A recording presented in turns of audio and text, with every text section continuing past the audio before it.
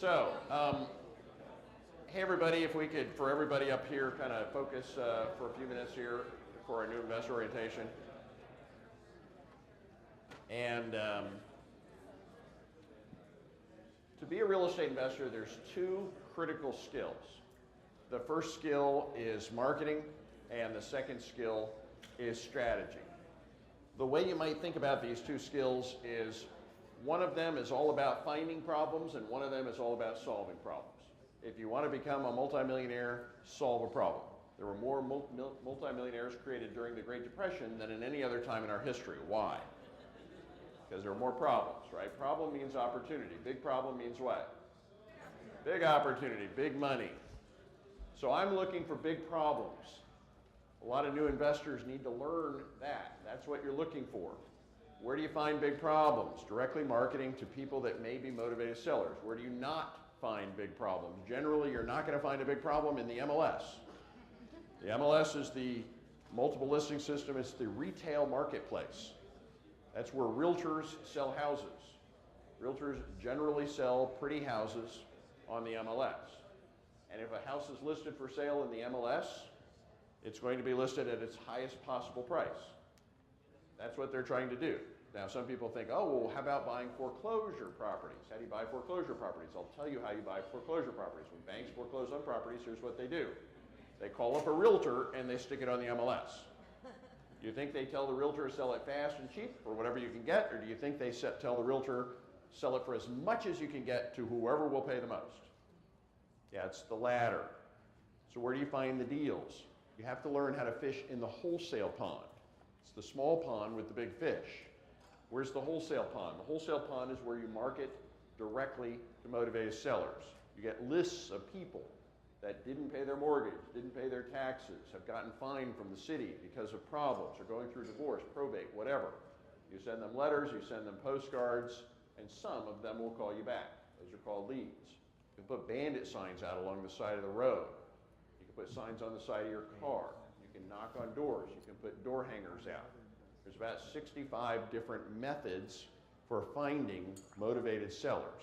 That's fishing directly in the wholesale pond. You're not going to find the deal in the retail pond, which is a big mistake. A lot of people become real estate investors because they watch that stupid TV show, right? Flip That House. Honey, let's go become real estate investors. Great. What do we need to do? Well, I don't know. We need to buy a house. Great. How do we do that? I guess we should call a realtor. Well, it sounds logical, right? Realtors sell houses. You need to buy a house. Call a realtor. They'll find you a house. And it does sound logical, but here's the deal. Realtors sell houses out of the MLS, the retail marketplace. When realtors go to realtor school and take all of the tests and classes and exams and studies and videos and do all the things they have to do to get their real estate license, not a single class they take, not a single test they take, not a single book they read, not a single video they watch has anything in any way, shape, or form to do with wholesale real estate. It's all retail. If you wanted to buy a sweater, you might go to Old Navy. You'd walk into the store and you'd go up to the girl behind the counter. Say, I want to buy a sweater. She'd show you the red one and the blue one and the green one. You buy the green one. You just bought yourself a retail sweater. Now let's say you want to buy a wholesale sweater. Okay, you want to import sweaters from China. Could you imagine walking into Old Navy, going up to the girl behind the counter and saying, I'd like to import sweaters from China, please. Can you help me? I mean, it's ridiculous, right? But it is no more ridiculous than when you ask a realtor to find you a wholesale deal. They don't know anything about wholesale. So you're going to have to learn, if you want to be a real estate investor, to fish in the wholesale pond. It's the small pond with the big fish. You've got to go directly to motivated sellers that might want to sell their house to you. You've got to find problems. A few weeks ago, I was in a house, and I literally walked into the living room and I put my foot down and my foot went right through the floor. I was getting excited. That's what a deal looks like. That's what a deal looks like. You want a house where half the house burned down. You want a house that had a meth lab in the garage. You want a house that got flooded. You want a house that has mold. You want a house that nobody in their right mind would touch. Because if nobody else wants it, then what? That's where you're going to get a deal. You're looking for problems. That's what this business is all about. So marketing is about finding problems. And strategy is about solving problems. And I'm going to go through briefly a few strategies to teach you how to solve some different kinds of problems by doing some different kinds of deals. Now, here's the deal. There's thousands of books and tapes on how to be a real estate investor, right? You can get books on how to do short sales. You can get books on how to do buy and hold, mortgage assignment, auction options, how to do referrals, how to do wholesaling, how to do contracts for deeds, how to do lease options, how to do house swapping, wraparound mortgages, equity partnering, and fix and flip. And you can certainly spend a lot of money developing your education. I've spent about $12,000 buying training programs on all these different topics. Some of them were fabulous, some of them sucked. They all sounded good going in. But I guess it's not that bad of a deal because I've actually made millions of dollars from those thousands of dollars, and that's a pretty good return on my investment. But when it comes to learning about real estate, I do have some pet peeves, and I'm going to give you a little bit of advice because we have a lot of new people here. There's about a dozen fundamental ways to do this. And the good news is they all work. All of these strategies can make you money investing in real estate. The bad news is that they each only work in unique situations. Each one of these strategies is the solution to a particular problem. Now, remember what I said before. Your job, in fact, job one, is finding problems. That's where you need to spend 85% of your time and energy, finding problems, finding a deal. Finding a deal is kind of like hunting. This guy's out looking for a deal. Maybe he's sending out letters or postcards. Maybe he's sending out bandit signs. And he gets a lead. What is a lead? Name and phone number of somebody that might want to sell a house. So he calls this guy up and he discovers, well, you know, if he had bought the right training program, he could make some money by doing a wraparound mortgage, solve a problem, make some money. But that's not what this guy was thinking. He just wants to be a wholesaler. He wasn't looking for that kind of a deal. So he does some more marketing and he gets another lead, and he could make some money doing a mortgage assignment and help that guy out. But no, remember, this guy wants to be a wholesaler. So he does some more marketing, gets another lead, and well, he could do an auction and make some money, but no, remember, this guy wants to be a wholesaler. Most real estate investors that get into this business get into it with a one-trick pony mentality. They're looking for a particular type of deal. But here's the thing, good deals are hard to find. Good deals are really hard to find. Do you see anything with this problem? Most books and courses and training programs are basically teaching you to bet on one number on the roulette wheel. Well, if you bet on one number on the roulette wheel over and over again, I guess every once in a while, maybe it'll land on that number.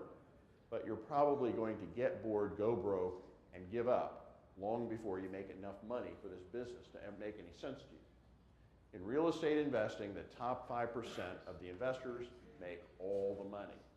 You are either at the top or you're not in the game. So, how do you do it like the big guy that's doing it the right way? How do you do it like the guy who's making the top 5%? How do you do it like me? Here's what I do. It's pretty straightforward. I bet on all the numbers on the wheel, and I spin the wheel a lot. What does that mean? Spin the wheel a lot. I do a lot of marketing. Every time you get the name and phone number of somebody that might want to sell a house, it's like a lottery ticket. It's a lead. It's an opportunity to solve a problem. It's a numbers game. That's what this business is. What do I mean by I bet on all the numbers on the wheel? I'm just looking for people that have problems. I will use whatever strategy solves their problem. I am strategically agnostic. If you use whatever strategy solves the problem, you are able to make money, at least potentially make money, every time the wheel spins. So, let's talk about strategy for a minute. And what I love most about being a real estate investor is there's so many ways to make money doing this.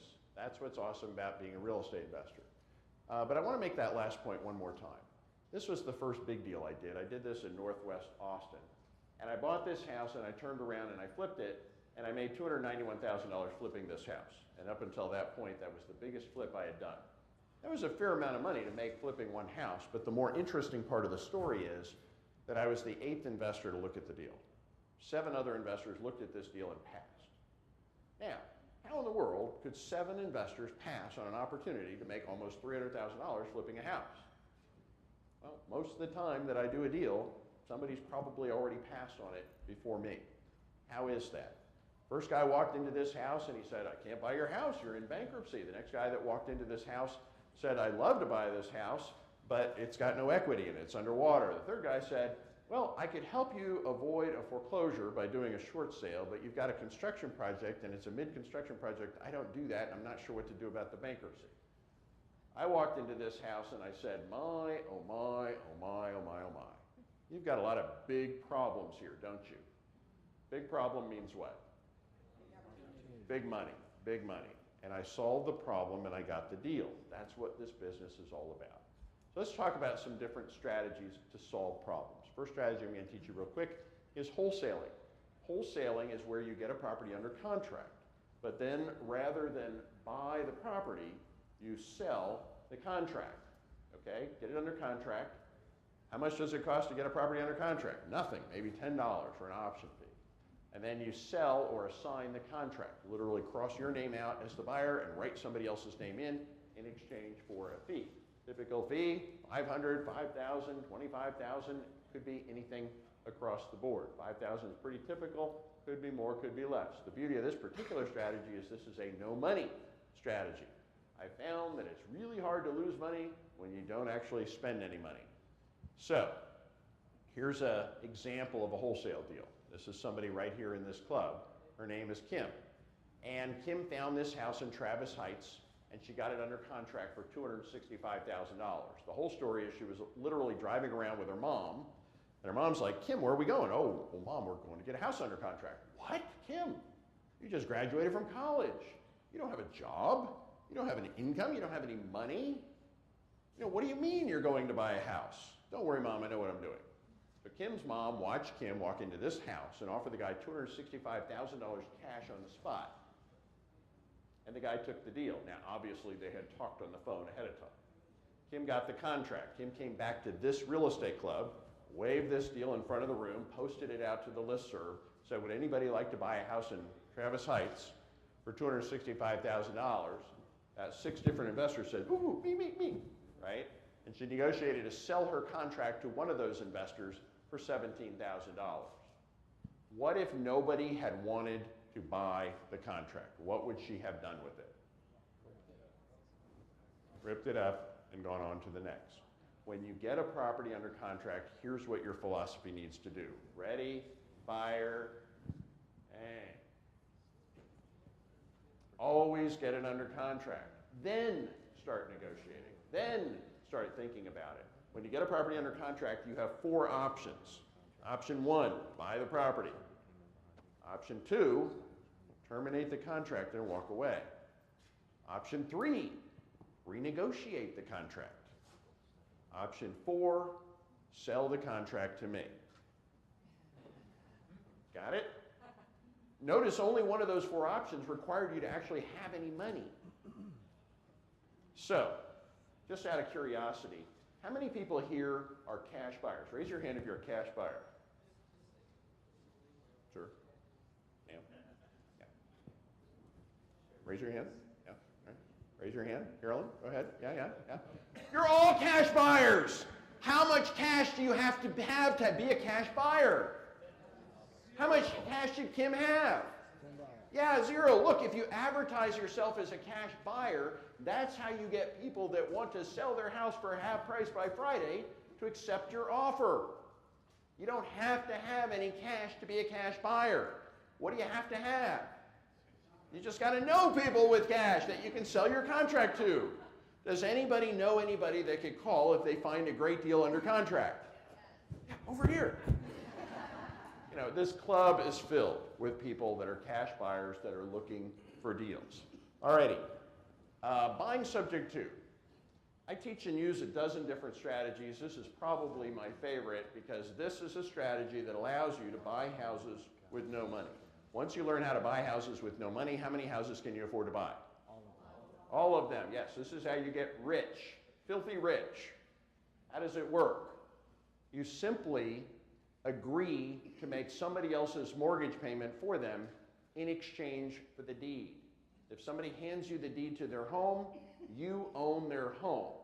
If you continue to make the mortgage payments for them, guess what? You own the home, and the home came with a loan.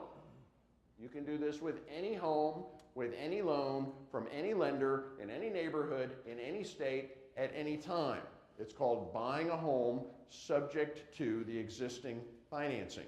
And it costs as little as no money at all to buy a home.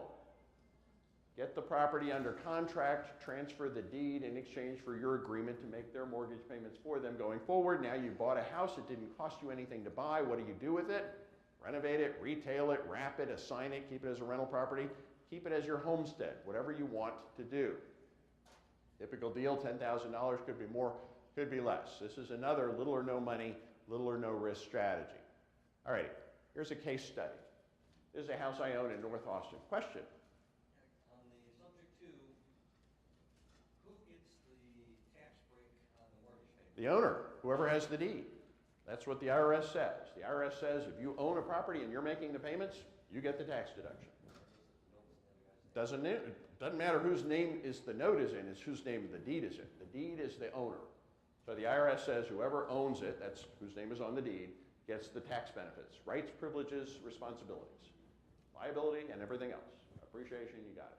So this is a house I own in North Austin. And here's the deal. When I bought this house, it was worth $150,000. It's worth over $200 now, but it was worth $150,000. And the woman who owned this house only owed $110,000. So it has $40,000 of equity in it. It's rented out for $1,600 a month, but the mortgage payment, PITI, is $1,100 a month. So this house is generating $500 a month of cash flow. Sounds like the perfect rental property, but there was one major problem. The woman who owned this house had lost her job. She continued to collect the rent, but she stopped making the mortgage payment. 4 days before the lender was going to foreclose on this woman, I knocked on her door. I said, you know, in 4 days, they're going to foreclose on you. I know, in 4 days, you're going to get foreclosed on, and they're going to ruin your credit for a decade. They're going to knock on your door. They could sue you for a deficiency judgment. I know. What can I do? Well, if you deed the property over to me, I will catch up your payments for you, repair your credit, and make your payments going forward. And she said, deal. Why did she say deal? Because it was way better than the alternative, right? Which is a foreclosure. And it was a better deal for the bank because they didn't want the house back. And it was a better deal for the tenant because they didn't want to get kicked out. But mostly, it was a smoking great deal for me because for $4,500, which is how much it cost me to catch up her payments, I now own this house. It's worth $150, now it's worth over $200. The loan's only $110, so it came with a loan, it came with $40,000 of equity, it came with tenants, it even came with $500 a month positive cash flow. And if you think that's cool, I got about 20 more like them all over Austin, Texas. How many people here would do this deal? Pretty good deal, isn't it? This is one of my favorite deals. I do this deal over and over and over again. This is how you get filthy rich. This is how you take a small amount of money and turn it into a huge amount of money. Now, as good as this deal is, how would you like to learn how to do this deal, let's say 100 times better than this? Would anybody like to know how to do this deal only 100 times better, make 100 times more money? Yes. So sometimes when I buy this house, I don't buy it in my name. I buy it in my IRA's name. Because somewhere along the line, I kind of scratched my head and I said, you know, the reason I'm buying rental properties is it's my retirement plan. This is my retirement plan. So if I'm buying rental properties as my retirement plan, why not buy them in my IRA? Yes, what's the R stand for in IRA again? Retirement, they're retirement. Did you know you can buy properties in your retirement account? So I buy houses just like this in my retirement account. I put them on the shelf, I have the property manager take care of them, I walk away and forget it. And over the next 25 years, something really interesting happens to this house. Over the next 25 years, even at the very, very most conservative appreciation rates, this house will double in value. And it will double again. And it'll probably double a third time. In other words, over the next 25 years, this house will be worth something between $500,000 and $1 million. Something else happens that's really interesting. What happens to the loan? It goes away. Yes. So, when I buy this house with my IRA and walk away and come back 25 years later, guess what? Now, in the meantime, my IRA gets the $500 a month of positive cash flow, but after 25 years, when I come back to this house is now worth between $500,000 and $1 million, and I own it free and clear. And because I bought it in my Roth IRA, when I sell it, guess what? 100% of the proceeds are tax-free. Y'all just get that trick I just played on you here? Did y'all just see that? I just showed you how to take $4,500 and turn it into $500,000 of tax-free retirement dollars. Maybe $1 million. You ever seen a better deal than that on this planet that's legal? I'm looking for it. I've never seen a better way to make more money than this. This is as good as it gets. You can take an IRA with literally a few tens of thousands of dollars in it. Take a $20,000 IRA and turn it into millions and millions of totally tax-free retirement dollars just doing this one deal 3 or 4 times. Retirement, check. Oh, big, rich, on the beach, drinking a margarita, retirement, check. Okay? Question? The same house you found out through another person, announced to the owner, did not tell you that person had $150,000 on U.S. taxes. What do you do? Well, I buy my houses at title companies, and when the title company sells me the house or closes the deal, they always do a title search. If there was a tax lien or money owed or anything else, they're going to say, oh, you don't owe $110,000, you actually owe $260,000. And if I'm looking at this house, it's worth $150, and they tell me I owe $260, at that point I say, what do I do with my contract? Yeah, rip it up and walk away. That's why you always do a title search before you buy a property. Negotiate that now if you're like a tax attorney? You might be able to, in this kind of a transaction, which is a foreclosure deal, there's usually a very small amount of time. I had 4 days to do this deal, okay? 4 days, I made a ton of money. But if there had been any problem at all, rip up the contract and walk away. A couple other quick questions. Yeah, Rich. There is another way to make your big money, that's the house savings account also. You could put this in a health savings account. My little boy has a IRA, a CoverTel account. We're going to have Quest IRA come up here actually in a few minutes and talk about some of the other options. So yes, there's many ways that you can do this. I think we had one question back here. Did you have to income qualify when you took the loan? Income qualify. Or qualify with the mortgage company? Oh, there's no qualification. What is I'm not qualifying for a mortgage. What are you talking about? That was my question. Did you keep it in her name? Oh yeah, of course. Yeah. No. I'm not assuming a loan. It's not a loan assumption. It's not a loan transfer. I'm just making her loan payments for her, even though I own the property. Yes, the loan stays in her name. So why in the world would she do that? Well, she was desperate. Did the lender care? Well, would the lender care? Well, let's see. When a lender forecloses on a house, they lose on average 50% on their money. When I catch up the payments and make the payments on time every month, how much money does the lender make? They actually make money. So the lender's got a choice. Lose half our money or make money. That's a pretty easy choice for the lender to make. Alrighty, well, I kind of got carried away on this particular deal, and it's probably okay because it was a pretty cool deal.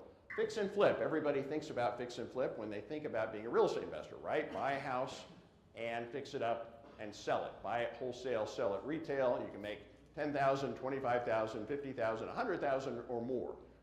This is a high money, high risk strategy. That doesn't mean don't do it. It means understand that when you're putting a lot of money into a deal, it's a high risk strategy. This is something you can actually lose money on.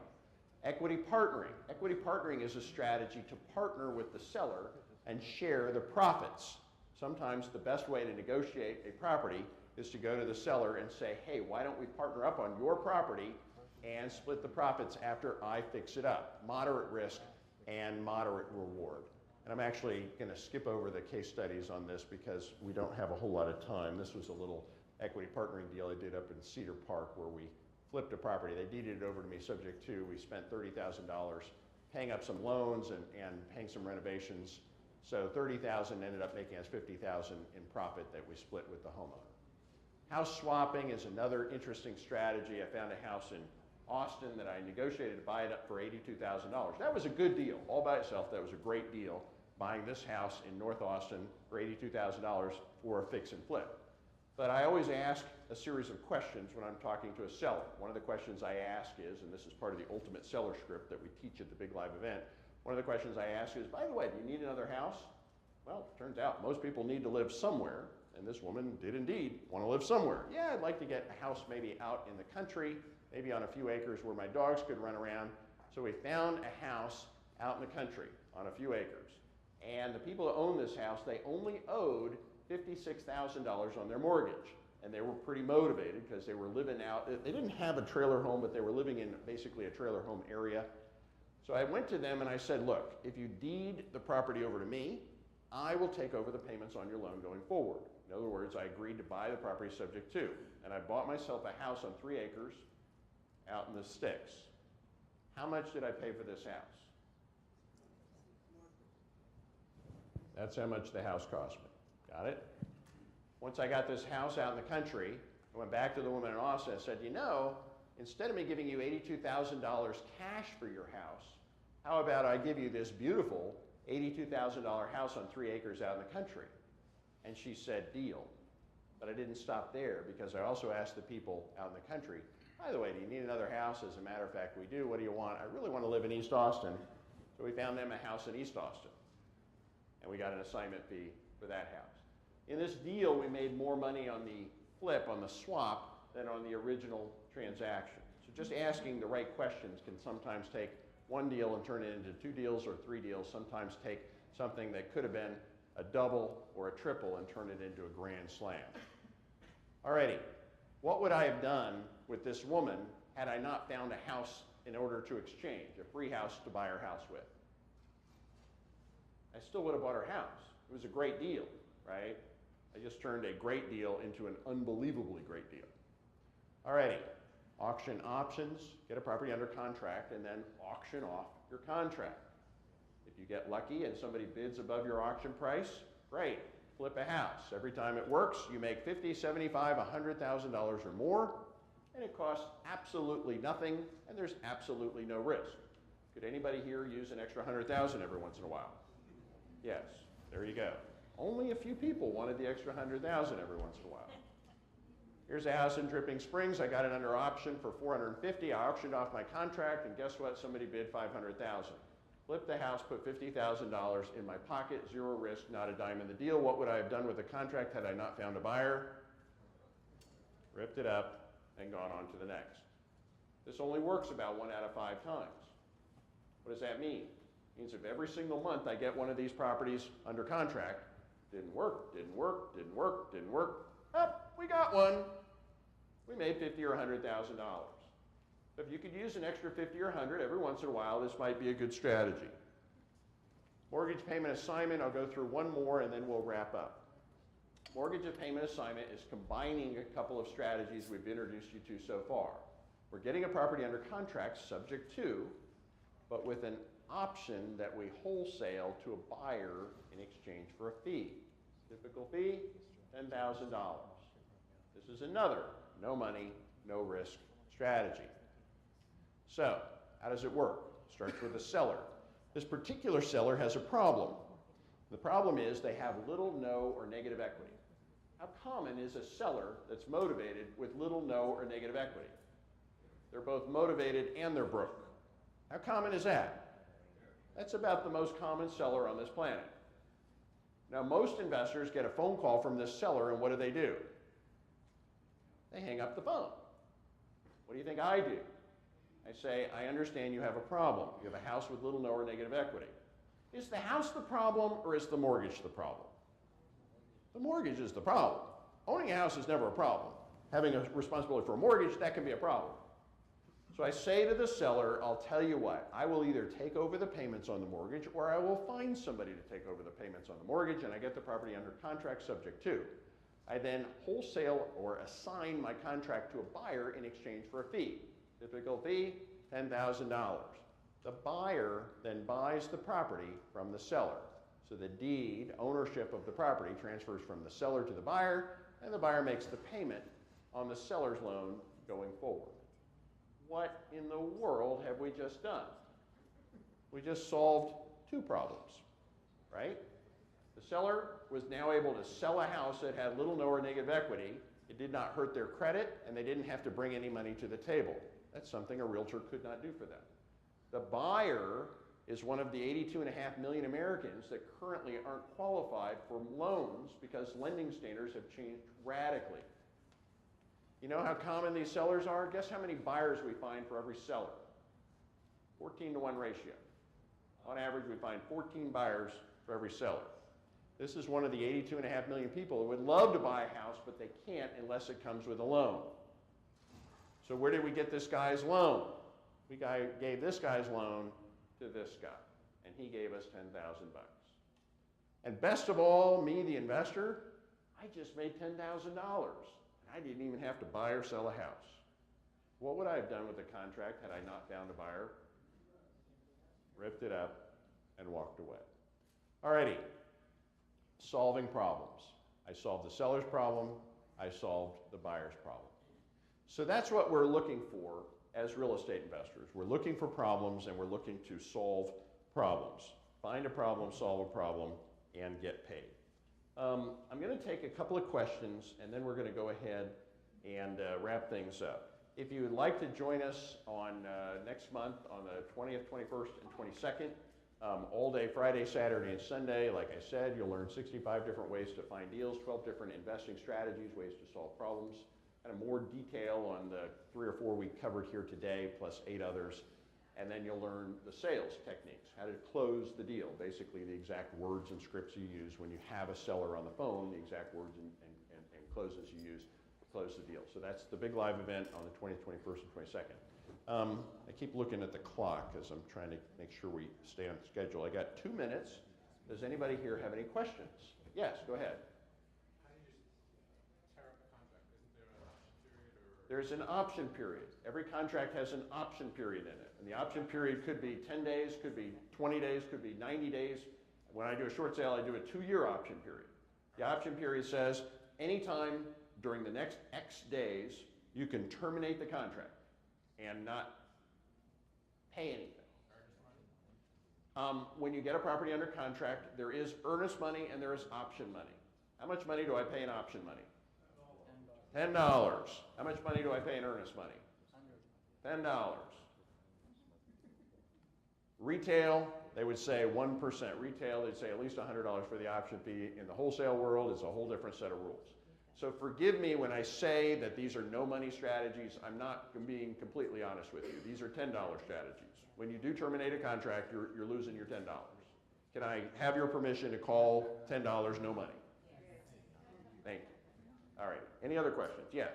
For every offer that you put out there for $10 on an option, how many of those are accepted versus rejected? Well, I don't actually put it in writing unless we have an understanding. I make somebody an offer, I reach a verbal understanding, and then I basically say, look, if I put it in writing, are we ready to sign this thing? I don't just send somebody an offer and hope that they're going to sign it. So it's negotiated before it's ever put in an offer.